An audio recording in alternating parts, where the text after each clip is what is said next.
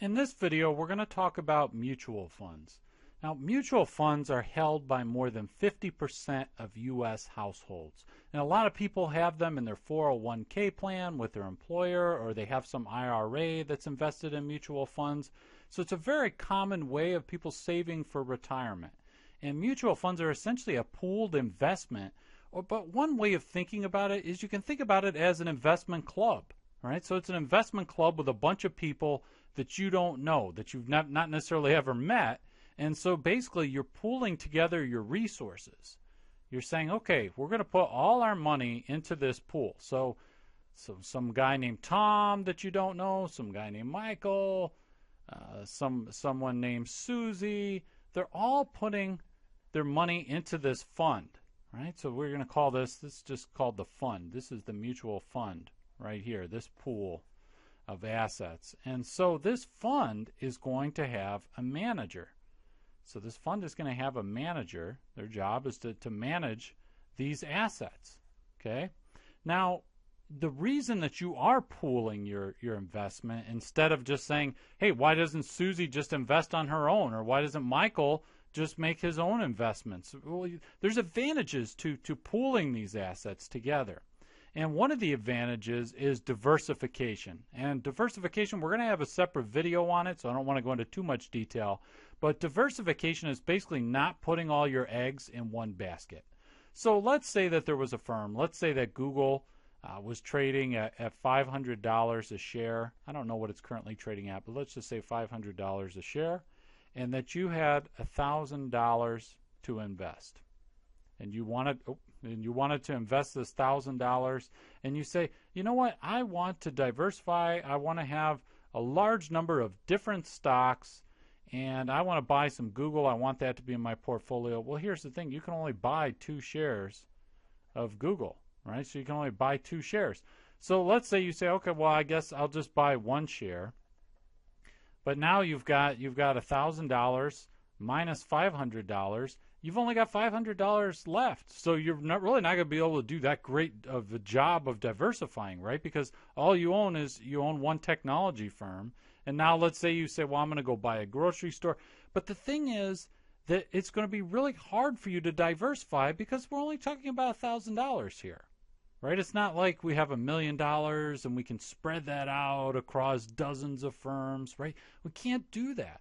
But what if we pool that money together, let's say we get 999 other people who also put in $1,000, and then we add that all to, that looks like a multiplication sign, we add that to this $1,000 that you're putting in. Now we're talking about $1 million, right? So now we've got $1 million in this fund.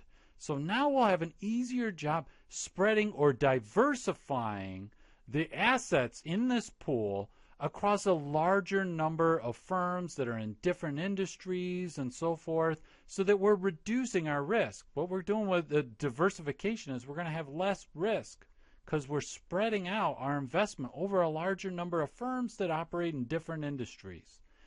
But that's not the only benefit of doing this pooling of the mutual fund. Another related benefit is that we're reducing our trading costs. So instead of Michael needing to execute a trade to get Google and Tom needing to execute a trade, all those trades cost money, right? So even if you use a discount broker, let's say it's $7 to execute a trade to buy Google. So Tom pays $7 to buy a share of Google. Michael pays $7. That if everyone's doing this on their own, if we're doing it separately, separate investing, then we're all incurring these trading costs when we want to buy Google.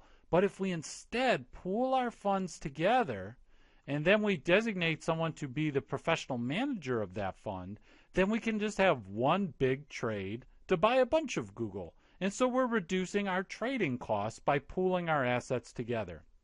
And of course, we mentioned the idea of that we have a manager, and this professional management is an important benefit of a mutual fund, because when you think about it, you and Tom and Michael and Susie, you probably have your own job. You're not a professional investor, right? So there's only so many people that actually dedicate 40, 50, 60 hours a week to researching different stocks and bonds. You've got a job, maybe you deliver garbage, maybe you're a high school teacher, whatever. You've got your job and you're not an investor. And so what you're saying is, look, I don't have the kind of time that it's going to take to research the stock market. So what if we just all pool our assets together and then we take a small percentage of that and we could actually pay a manager who can manage the funds for us?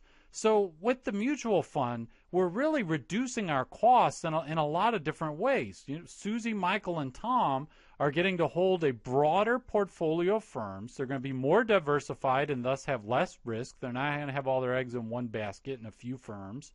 They're going to have lower trading costs because that manager can just make one big trade to get Google, one big trade to buy Microsoft. And then that manager can use his or her expertise to do a better job managing our funds, managing our investment than we probably could.